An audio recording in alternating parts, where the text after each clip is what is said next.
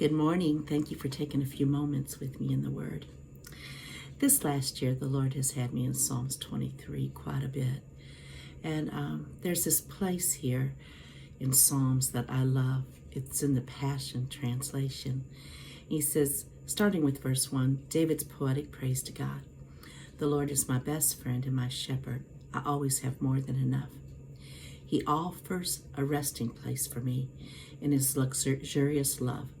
His tracks take me to an oasis of peace, the quiet brook of bliss.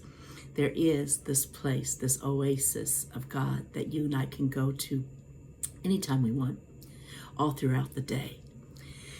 In Genesis chapter 3 and verse 8, it says here, and they heard the voice of the Lord God walking in the garden in the cool of the day. And Adam and his wife hid themselves from the presence of the Lord amongst the trees of the garden. Now, this is taking place after the fall. It was common for the Lord to have sweet fellowship, friendship with Adam and Eve.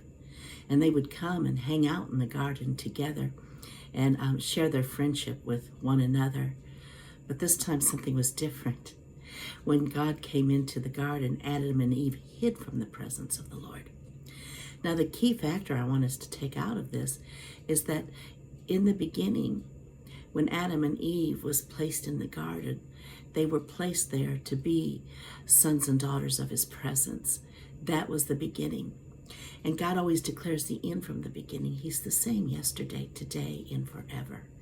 You and I, we have in the new covenant, we have a better covenant with better promises.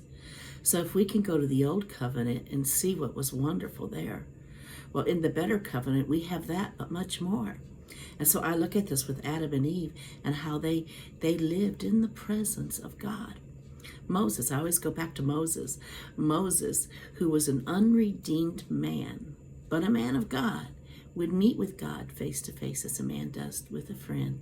And he saw the form of God. When Jesus prayed for us in John chapter 17 and verse 26, he said this to the Father, I've revealed to them who you are, and I will continue to make you ever more real to them, so that they may experience the same endless love that you have for me. For your love will now live in them, even as I live in them. This is Jesus praying just shortly before he's going to go to the cross. And the way he prayed for you and I is that we would have the same relationship that he has with the Father. Jesus was so close to the Father that he only said what he heard the Father say. He would only do what he saw the Father do. Even when he was in a chaotic situation where he was in the middle of the multitude of people that were crushing him as a grape, voices, noise all around him, his disciples talking to him. And yet there was that woman with the issue of blood who pressed through the crowd and touched the hem of Jesus' garment. And though all the distractions were there, Jesus was so in tune with the presence of God, he knew when God was moving. He was aware of it. That awareness of his presence. Like I said, under the new covenant, you and I have much more.